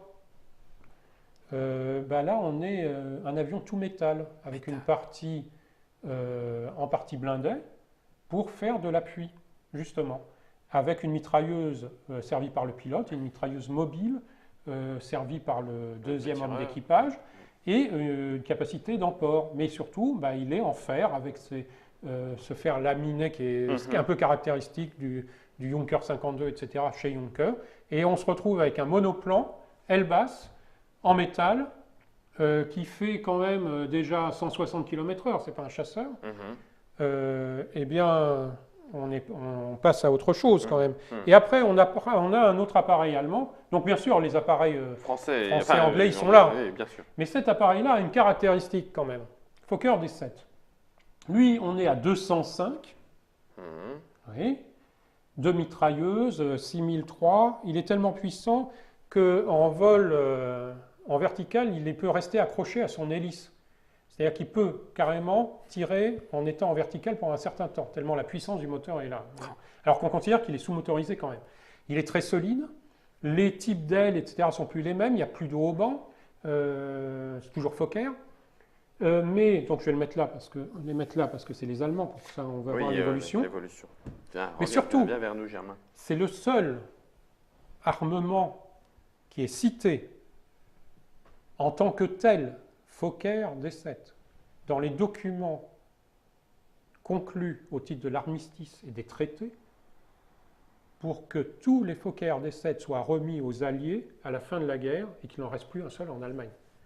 C'est-à-dire que l'effet a été tel, alors qu'il y a d'autres appareils, d'autres producteurs qui sont approchants. Ouais. Cet appareil, il est cité dans le cadre des textes généraux du traité de Versailles, en disant « vous nous les donnez tous », tellement il a fait de l'effet, tellement on s'est dit c'est une arme. Donc si on fait un peu le bilan, on passe d'un premier phénomène, la reconnaissance, et le caractère un peu particulier de la reconnaissance, le réglage artillerie, qui donne pour lutter la supériorité aérienne, la chasse. Oui. On a les moyens, on va au bombardement stratégique, et après on développe la coopération avec les autres armes. Tout ça et ça se passe en 4 ans. Ça, quand je dis terre-air, c'est la même chose avec la marine, parce qu'on commence déjà à penser aux porte-avions. Oui. On a des hydravions, on a tout ça, les ballons. Et après, ça se passe aussi en 4 ans. Alors là, on a vu chronologiquement. Ouais. Mais si maintenant on commence à se dire, je vais faire une lecture française, par exemple. On passe d'un avion qui va servir au combat à 100 km/h, à 155 km/h, à 220 km/h, et à 180 pour le bombardier. C'est-à-dire que le bombardier de 17, il va plus vite qu'un avion qui servait à la chasse quasiment double. 14. Ouais. Si on prend l'Allemagne, on est à un appareil qui est un vrai fer à repasser qui vole à 140 km/h. Et ça, c'était pas la peine d'essayer de s'accrocher à l'hélice pour faire du... Là, on tombait au sol. À un appareil qui fait du 205. On passe de 3500 mètres d'altitude à 6300 mètres d'altitude. Ouais, on a doublé. On a doublé. Ouais. En 4 ans. En 4 ans. Et je ne parle pas, je n'ai pas mis ici pour ne pas multiplier, les rayons d'action ont doublé, voire triplé. La précision, les La armes, précision, la puissance. ouais, Donc, au bout de 4 ans, on arrive à quelque chose qui a eu réellement un effet. C'est-à-dire, c'est devenu nécessaire aux opérations.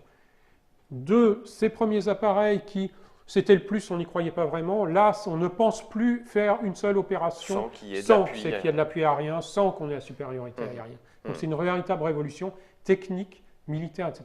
L'autre aspect, au niveau conceptuel, y a-t-il une stratégie aérienne? C'est une question, ça c'est le concept qui est assez long.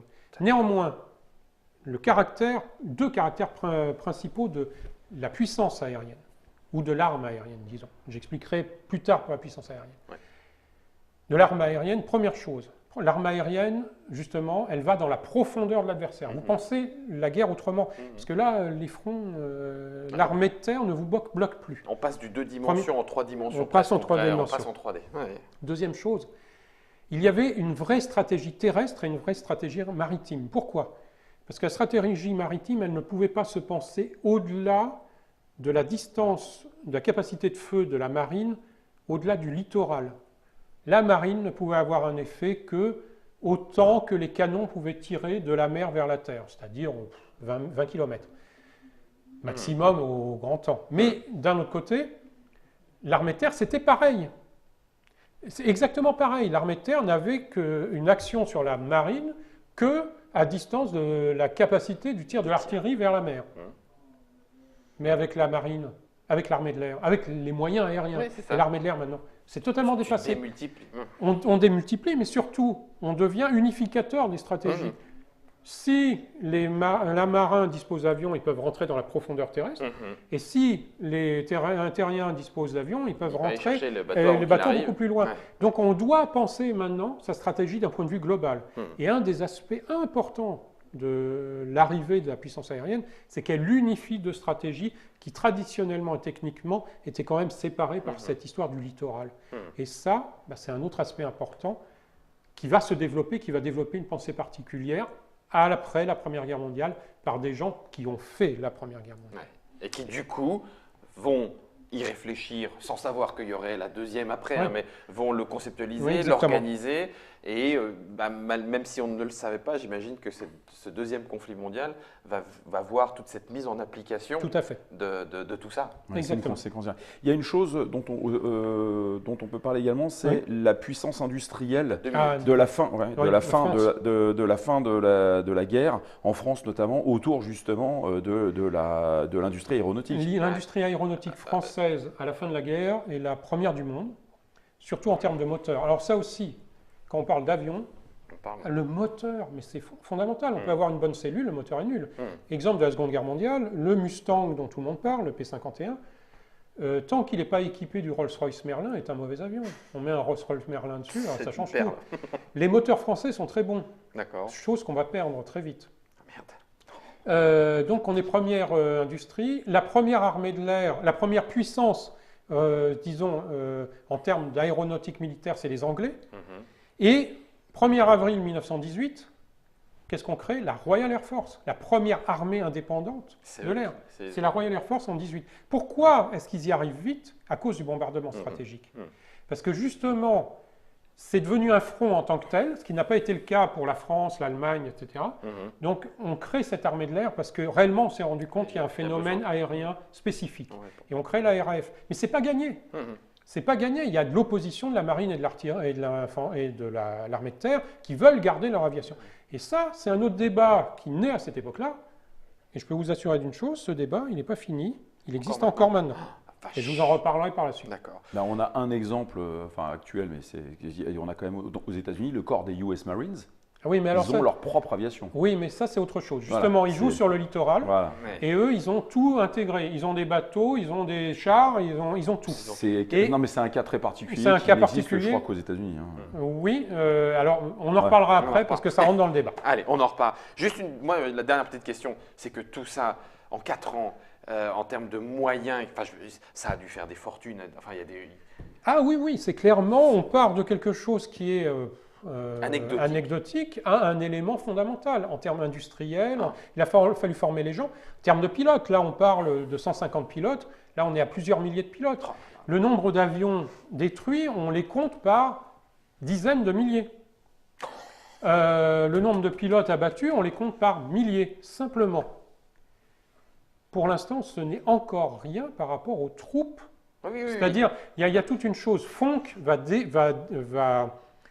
défiler avec le drapeau de l'aéronautique militaire pendant le défilé de la victoire. Aucun avion va défiler. D'accord. Donc juste après, vous avez un aviateur qui va prendre son avion, qui va décoller, et pour bien montrer qu'il n'est pas très content, va passer avec son avion sous l'Arc de Triomphe avant d'aller se faire arrêter en atterrissant, parce que quand même c'était un peu dangereux. Donc plusieurs raisons. Je ne sais pas quelles sont vraiment les raisons. Il faudrait replonger pour comment on a pensé. Mais il y a toujours une question de risque. Les appareils quand même en 18, c'est pas ça. Donc commencer à se dire je vais faire un défilé aérien avec le risque que ça c'est pour se le prendre sur le Voilà, bec. je ne sais pas quelle était réellement la météo du jour, ou je ne sais même pas si on les a pas écartés en tant qu'aérien en tant que tel. Les chars ont défilé, les FT-17. Mais il n'empêche que les gens de l'aéronautique vont très mal le ressentir, qu'on ne les voit pas en l'air.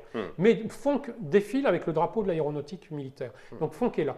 Mais il ne faut pas oublier, même si les aviateurs ont perdu des milliers de pilotes, ça n'a rien à voir avec les pertes ressenties par l'ensemble des familles françaises qui sont dans l'infanterie, qui sont dans l'armée de terre, et surtout l'infanterie. L'infanterie, ils ont perdu beaucoup et dans d'autres conditions. Donc l'hommage qui a été rendu, c'est un hommage au fantassin, celui qui a supporté la majeure partie du combat. Nous voilà, me semble-t-il, arrivés au terme. Attention, ce n'est que la première partie de ce petit traité, parce que malgré tout, Patrick, tu nous l'as dit, il faut quand même aller vite, on pourrait en dire bien plus. Mais pour dresser ce portrait de l'aviation, de son utilisation, de son établissement en tant qu'élément stratégique important, cette première partie donc partait de 1914 et arrive à 1918. Ce sont les bases. Et nous allons voir dans la deuxième émission qu'à partir de 1919 et jusqu'à la fin de ce deuxième conflit mondial, il y en a encore beaucoup à dire. Oui. C'est ce que Patrick et Guillaume nous Alors, proposent dans le numéro 2. Vas-y, Oui, vas-y. mais Guillaume. alors justement, toujours culture générale, hein, après la réflexion, la stratégie et l'énoncé des données historiques, avec Patrick, nous avons fait une sélection de quelques films. En l'occurrence, dans cette émission, il n'y en aura qu'un. Oui. Ouais. Parce qu'on ne parle que des choses que l'on estime être nécessaires et incontournables pour ceux qui nous suivent si vous avez du temps à passer. Donc on commence par les films avec ce magnifique film, Le Crépuscule des Aigles. C'est le film ultime. Oui. Vu côté allemand. Vu côté allemand. Voilà. Alors, c'est un film ultime. Pourquoi? Parce qu'il y a vraiment une recherche d'avoir des avions qui ressemblent à ceux de l'époque, contrairement à d'autres films où on prend des stampes et on les repeint, mais ça ne suffit pas.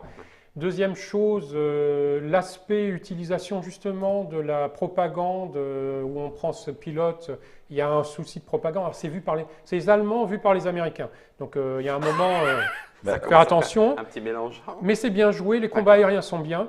Ça rappelle Richthofen, de toute façon. Oui, mais là, c'est pas. On voit Richthofen dans le film à un moment, mais lui, en plus, il y a l'aspect qui va commencer, qui nous annonce la propagande de la Deuxième Guerre mondiale, etc. Bon, moi, c'est un film que j'aime bien parce qu'il y a un côté vrai. Il n'y a pas un côté pathos, il n'y a pas de beaux personnages dedans. Tous les personnages sont mauvais. Gris. C'est gris. Donc, mais sinon, en termes de combat aérien, c'est très bien. Alors, par contre, je vous le dis tout de suite, et je le dirai pour la Seconde Guerre mondiale. Les films comme Flyboy, qui est sorti il y a peu de temps sur l'escadrille Lafayette, tous les films qui utilisent maintenant les images de synthèse, c'est une catastrophe. Pourquoi? Parce que si c'est pour déplacer un objet via l'informatique dans l'espace, on me transforme des avions de la Première Guerre mondiale en X-Wings de Star Wars. J'aime beaucoup X-Wing Star Wars, mais visiblement, voilà. c'est pas historiquement... Simplement, un X-Wings, on fait ce qu'on veut avec, vu que ça n'existe pas. Simplement, les avions de combat aérien n'avaient pas lieu comme ça, comme on le voit dans Flyboy. C'est du grand n'importe quoi. On arrive dans des films avec un manichéisme assez incroyable à notre époque. C'est de l'à peu près. Et alors les combats aériens, c'est n'importe quoi. C'est-à-dire on fait faire des manœuvres impossibles avec ces avions. Si on avait essayé la moitié, c'est simple, on perdait l'aile du dessus. C'est n'importe quoi. Et sur la Seconde Guerre mondiale, c'est pareil. Ça, c'est la première chose. Deuxième chose, en termes, non pas de film, mais documentaire. Arte, dans le cadre, la chaîne Arte franco-allemande, dans le cadre du centenaire de la Première Guerre mondiale, a fait faire un documentaire en 2 parties sur les astres pendant la Première Guerre mondiale, qui traite un peu de tous les camps, surtout anglais, allemand et français, qui est très très bien fait et qui peut être librement regardé sur le site d'Arte jusqu'en début décembre, sinon vous pouvez vous le procurer en VOD. Et ces deux documentaires qui s'appellent Les Astres de la Première Guerre mondiale sont très très bien. En même temps, à un moment, ils ont à cette occasion présenté Le Crépuscule des Aigles, mais qui n'est pas en libre service. Et il y a un troisième documentaire que sur Manfred von Richthofen, alors que le documentaire français en parle aussi, Manfred von Richthofen. Si vous avez le temps, vous le regardez. Et moi, c'est ma position, ça ne va pas plaire à tout le monde, c'est exactement ce qu'il ne faut pas faire en histoire militaire. C'est vous regardez la façon dont est traité Manfred von Richthofen dans ce documentaire français, vous regardez dans l'autre documentaire qui est allemand, et là, dans le documentaire allemand, on rentre dans des phénomènes de morale. Pour moi, c'est une vraie catastrophe, parce que la première chose chez l'historien, c'est de se remettre dans le contexte, et pas d'avoir quand même, à force, trop de mouvement moral, et de se rendre compte aussi que le contexte n'est pas que celui de la personne qu'on étudie, mais peut être un contexte général. Donc, simple conseil, faites-vous de votre idée, regardez les 2 premiers, parce que c'est les plus importants, qui ne parlent malgré tout que principalement de la chasse, encore une fois. Et deuxième chose, regardez l'autre pour voir et faites-vous votre opinion. Moi, je pense qu'il y a un aspect idéologique dans le troisième. Trop marqué. Et en ce qui concerne Le Crépuscule des Aigles, juste pour préciser, c'est après, somme toute, un bon film avec de bons acteurs. Et vous avez notamment l'exceptionnel James Mason et puis surtout une blonde plantureuse. Oh, ça y est. Que je vous laisse découvrir, mais qui motive et qui explique d'ailleurs, un peu comme le disait Patrick, les raisons pour lesquelles le pilote, le soir, est content de rentrer à la maison et de partager un peu de schnapps à la barbe en fait du troufion. Mais voilà. En tous les cas, un film exceptionnel, un très bon film d'action. Quelques jeux? Non, d'abord les ouvrages. Ah, pardon. Alors, je vais commencer par vous présenter 2 choses. Il y en a plein les kiosques, donc j'en ai pris 2 par hasard. C'est les derniers numéros.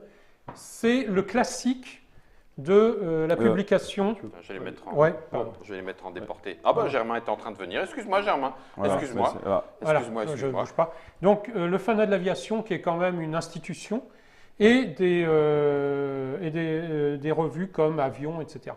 Tu participes hein, Non, ah non, pas je crois- à celle-ci. D'accord. Alors là, si vous voulez savoir que telle escadrille a eu tel avion, tel pilote, etc., c'est parfait. Si vous voulez savoir à quoi représenter les marquages, le numéro de série, c'est parfait aussi. Ça traite moins de stratégie et ce genre de choses. D'accord. Mais les kiosques, vous devez avoir en France entre 6 à 10 revues comme ça, selon vos intérêts, allez voir. C'est un bon moyen de voir à quoi ressemblaient les avions de l'époque, d'avoir le récit individuel ou de chaque escadrille, de voir à quoi ressemblait le combat quasiment individuel, c'est bien et ça permet d'avoir... C'est très bien, mais ce que je veux dire, ça ne traite pas de l'aspect conceptuel réellement, etc. Ce n'est pas l'objet. Voilà, On a un tout petit peu moins parlé Asie. Il y a déjà une aviation Ah oui, oui, les d'accord, Japonais ok. en ont déjà. D'accord. Il y a de l'action même de l'aviation allemande sur le... si vous prenez certains extraits du film Laurence d'Arabie, avec Peter O'Toole, célèbre film, vous voyez à un moment une attaque d'aviatique contre le camp du roi Faisal. Donc oui, il y a de l'aviation, mais D'accord. pas au même niveau. D'accord. Alors, et les ouvrages Que Donc, Germain peut nous envoyer en pleine image. Ça, c'est ceux qui Exactement. sont, tu veux dire, plutôt... Non, c'est une sélection. Là C'est une encore, sélection il y a des centaines d'ouvrages D'accord. qui ont paru.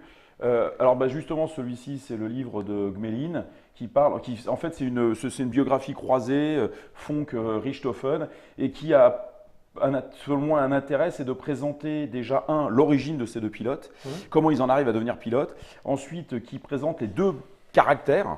Et ensuite, comme on l'a précisé, comment ces deux personnages sont devenus aussi des héros Les emblèmes. et des figures mythiques. Et il y a un détail qui est très intéressant, c'est qu'à la fin, on empêche Richthofen de voler. On dit tu ne peux plus voler, garçon. Alors pourquoi Richthofen est jeune également, il a une vingtaine d'années. Oui. Parce qu'on estime que s'il décède, ça va porter un coup au moral. Ce qui est vrai. Ce qui est vrai. Et Richthofen, qui une tête brûlée. Ouais, une tête brûlée, et puis qui est aussi un côté un peu fanatique dans sa posture de pilote, décédera au combat, donc dans les conditions qu'on connaît, a priori abattu par un tir au sol. Alors Voilà. c'est toujours la même chose. Oui.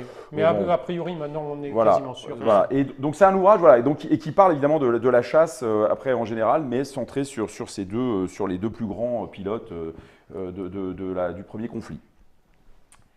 Justement, Baron Rouge. Alors, Baron Rouge, l'intérêt, c'est... Alors, deux intérêts. Pour des raisons, justement, de propagande, on a demandé à Richthofen, qui n'était pas un écrivain, d'écrire ses mémoires. Donc, avant d'être tué, il a écrit quelque chose, mais qui avait réellement un but de propagande. Néanmoins, ça a un intérêt. C'est un peu comme les carnets de guerre de Rommel, etc. L'intérêt, c'est qu'il l'a écrit il meurt pendant la Première Guerre mondiale, donc il n'a pas cette vision de réécrire l'histoire après la guerre. Il ne peut pas savoir si les Allemands vont gagner ou pas au moment où il meurt. Ça sent déjà le roussi, mais quand même. Et donc, il y a un aspect propagande, mais c'est quelque part un document sur le vif. Et je pense que pour juger de la mentalité de Richthofen, de son contexte, et après de mettre son bouquin dans son contexte général, le mieux c'est de le lire lui-même. Direct. Donc on a la chance d'avoir, pour les gens qui peuvent le trouver, cette version des mémoires de Richthofen qui a été un best-seller, même après. De l'autre côté, boum. Une biographie de Funk, Assez récente. assez récente. Mais qui présente également le Funk après l'homme politique. Oui. C'est-à-dire que Funk, en effet, est devenu député. C'est quelqu'un qui a eu un rôle assez important au ministère de la Guerre dans les années 30, qui après a une part un peu plus obscure. Alors voilà, je te laisse. Alors, la part obscure, il y a un côté Mermoz, Funk, Göring. Il y a un côté, ceux qui sont attachés aux armes techniques pendant la Première Guerre mondiale sont des gens qui vont aller vers les renouveaux politiques. Et parce que la guerre change la société, la perception de l'homme dans la société, je recommande à tout le monde de lire Junger pour se rendre compte aussi, Orage d'acier, etc. La Première Guerre mondiale n'est pas simplement un changement dans l'art de la guerre, c'est un changement dans la mentalité, la dureté, la brutalisation de la société et aussi l'opposition idéologique. Donc on a les mêmes personnes qui peuvent retourner du côté plutôt communiste, mais c'est aussi le côté industriel de la société qui y vient, ou du côté inverse. Et il y a quand même pas mal de monde dans l'aéronautique qui assez connus, qui ont eu tendance à aller plutôt vers l'extrême droite.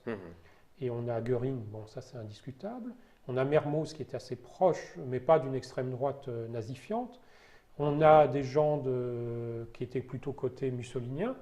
Et on a même le pilote du Spirit of Saint-Louis qui était plutôt proche et plutôt admiratif de ce que faisait Adolf Hitler au début de sa prise de pouvoir. Donc ça, il ne faut pas oublier il y a un lien, et là c'est le contexte à nouveau. C'est pas une personnalité, on peut pas. C'est un contexte général. Comment voit-on le progrès à venir par rapport à une société qu'on juge sclérosée par rapport à ce qu'on a connu avant? C'est fou, on pourrait en parler actuellement presque. Ensuite, l'histoire de l'armée de l'air. Alors je vais présenter plusieurs ouvrages de Patrick Facon, celui-ci est encore disponible. Il a été fait, c'est une histoire entre guillemets officielle parce qu'il a été fait au niveau du Centre d'études et stratégies de l'armée de l'air, qui n'existe plus pour l'instant, qui il y a 3 ans a changé de nom et pour certaines parties ont déplacé, mais c'est un problème organique, quoi, par Patrick Facon, qui a toujours travaillé dans les archives officiellement, c'est-à-dire c'est pas un chercheur qui allait dans les archives, il appartenait au ministère de la Défense, au service historique de l'armée de l'air, et c'était un peu l'historien officiel de l'armée de l'air à un certain moment. Ses ouvrages sont très généraux. Il nous a quittés malheureusement il y a maintenant 3 ans, mais c'est toujours intéressant de lire ses ouvrages qui sont pris aux meilleures sources.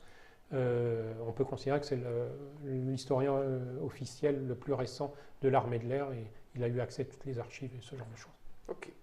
Ça, c'est une autre histoire de l'armée de l'air française, mais qui va permettre de couvrir aussi l'ensemble, mais ça, c'est un travail collectif. Donc ça permet aussi d'avoir plusieurs positions.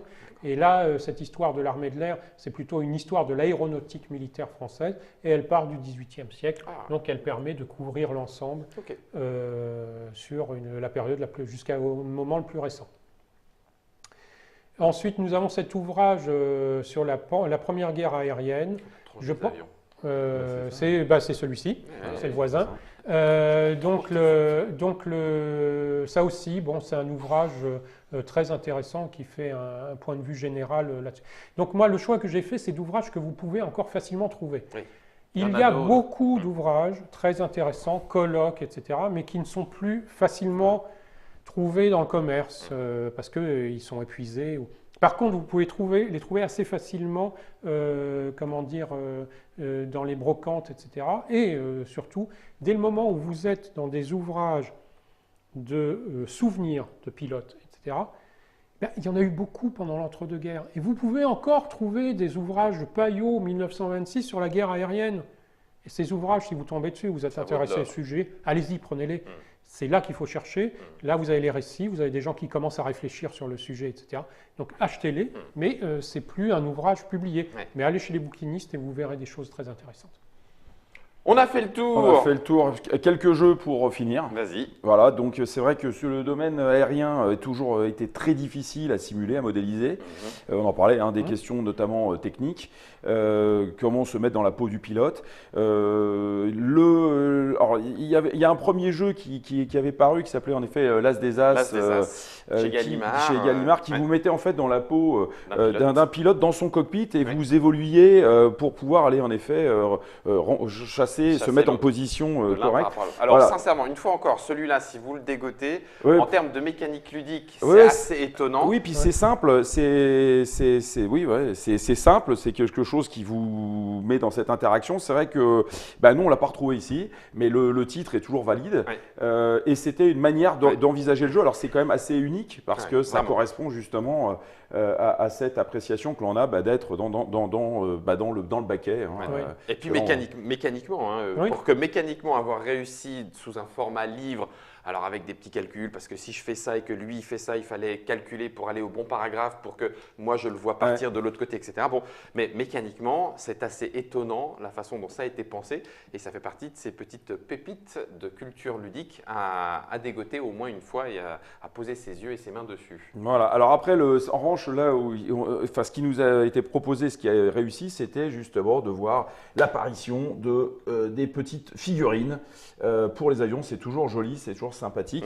Et on a eu chez nos amis italiens de Nexus, C'est ça.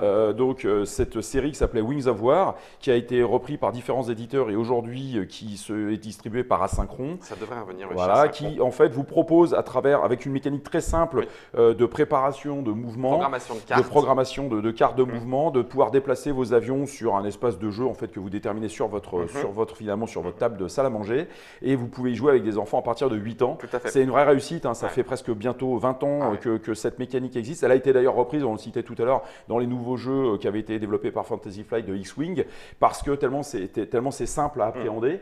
Après, il ne faut pas trop demander non plus à cette mécanique, c'est pas une simulation, c'est du plaisir de jeu, et surtout ça vous permet d'avoir des jolis avions qui sont prépeints. Bon, c'est pas donné pour cette raison, mais c'est vrai que vous avez un aspect visuel qui est très fort. Après, dans ce type de jeu, Je te dis juste, le Wings of War a l'avantage aussi, pour ceux qui veulent aller plus loin dans la simulation, de proposer plusieurs niveaux de règles. Donc on peut y jouer avec les plus jeunes, avec les règles de base, et puis on commence à mettre l'altitude, on commence à mettre les problèmes de palonie, etc., etc. Enfin, on peut aller un petit peu plus loin que les premiers niveaux de règles. Alors ensuite, on avait eu un jeu beaucoup plus récent qui, lui, qui avait été traduit par Edge, qui s'appelait Blue Max. Donc la Blue Max, hein, c'est là pour le mérite. Donc c'est celle qui a qui est le titre en anglais du film dont on vient de parler. Exactement. Donc, et qui se rapproche un peu plus d'un jeu évidemment de plateau autour des combats aériens, mais là encore d'un niveau de complexité, on va dire modéré à plus élevé, et qui permet en fait mais de se recentrer autour de l'avion, mais d'une manière un petit peu personnalisée. Donc ça va être la suite, on va dire, du jeu de figurines que l'on vient de voir, avec bien évidemment des scénarios. Et puis ensuite, on va aller vers, alors de manière historique, un des premiers jeux où l'on avait Wings, qui est un jeu en effet, alors là, vraiment sur hexagone. C'était le combat aérien sur hexagone avec des petits pions, où on doit remplir des missions. Pour se rapprocher en effet de Wargame, on va dire un peu plus classique, mais là encore on s'éloigne à nouveau évidemment de ce qu'on appellerait une simulation de combat aérien. On est plus sur le déplacement d'avions, et on a un dernier jeu dans cette veine-là qui avait été publié par GMT, Germain, c'est Bloody April. Donc c'est 1917, c'est le moment où les Allemands reconquièrent la supériorité aérienne justement avec l'arrivée des nouveaux Fokker, et où les Anglais prennent une sorte de dérouillé momentané parce qu'ils perdent cet avantage technique. Mais ils perdent 40% de leurs effectifs en un mois. Voilà, les effectifs engagés dans cette partie du front. Voilà, exactement. Qui était et c'est donc ce jeu Bloody April qui va être un petit peu dans la ligne de Wings, va vous amener en effet là encore à gérer vos escadrilles, vos avions avec des hexagones et à remplir des missions. Bon, c'est vrai que c'est une nouveauté GMT qui a dû être publiée il y a quelques années. C'est un sujet en fait qui fait beaucoup rêver les joueurs, mais qui est vraiment d'un niveau de complexité à modéliser qui est assez dur, ce qui fait qu'on n'en a pas beaucoup. Mais bon, voilà, ça c'est l'exemple d'une certaine quand même. Bon, c'est encore un sujet qui est traité. Voilà, et c'est à peu près le tour sur le temps des As chez Vaevictis, on nous dit aussi. Voilà, exact. Oui, alors, il y a aussi. Alors après, on va voir. Voilà, il y a quelques. En effet, chez VV, il y avait eu aussi le temps des As. Exactement, avec dans plusieurs numéros, plusieurs campagnes. Mais simplement une dernière chose sur les jeux, c'est qu'à la différence de la guerre maritime ou la guerre terrestre, on a tendance, dès qu'on pense à guerre aérienne, à se concentrer sur le combat aérien. C'est-à-dire toujours ce côté mythique, c'est je suis pilote, etc. Ça reste aussi, quelle est la figure tutélaire de l'armée de l'air encore maintenant? La fête de l'armée de l'air, c'est Guinmer. C'est comme si on disait pour d'autres armées, je ne sais pas, c'est le capitaine Intel, alors le capitaine Guinmer aussi. Il y a ce côté qui fait oublier cet aspect, comme pour les autres armées, qu'il y a une pensée de plus haut niveau, que tout ne se ramène pas à ce combat. C'est comme si on disait que le combat terrestre se ramenait au chef de char, etc. Il y a cet aspect-là et qu'il faut dépasser. Et dans les jeux aussi, je veux dire, la vraie stratégie, s'il y en a une aérienne, il peut y en avoir une, mais la vraie pensée aérienne, elle est au-delà du simple combat d'un chasseur contre un chasseur, sachant que, pour finir sur la Première Guerre mondiale, il y a une réflexion à avoir. Est-ce que le fait d'avoir abattu personnellement beaucoup d'appareils implique que vos missions ont été réussies? Pas forcément. Qu'est-ce qui est le plus important, abattre des appareils ou, comme on l'a fait au début, prendre 80 photos qui vont permettre de mener intelligemment la manœuvre d'ensemble Bonne question aussi. Mhm. Donc l'aviation a mis en avant les chasseurs, ce qui a injustement quand même quelque part fait disparaître les figures des observateurs, des bombardiers, etc. Oui. Et qui sont là aussi. Et ensuite, on va parler du transport, pareil. Donc, en y réfléchissant, il y a l'arbre qui cache la forêt, et cet arbre, ça s'appelle le chasseur. C'est ça. Sauf que peut-être après, c'était peut-être à cet arbre que ludiquement c'était le plus drôle de grimper parce que c'est comme ça que c'était plus marrant que Oui. de se dire ben, je joue un avion qui bouge pas pour aller prendre 80 photos. Enfin, après, une fois encore, question ludique. Là n'était pas le propos de cet alinéa. Premier épisode sur 3 pour découvrir cette stratégie et ce développement de la puissance aérienne et de ses implications, y compris politiques, économiques et co, ce que nous verrons dans le 2e et dans le 3e épisode. Merci à vous de nous avoir suivis, merci à Germain, Patrick, Guillaume, à tout de suite.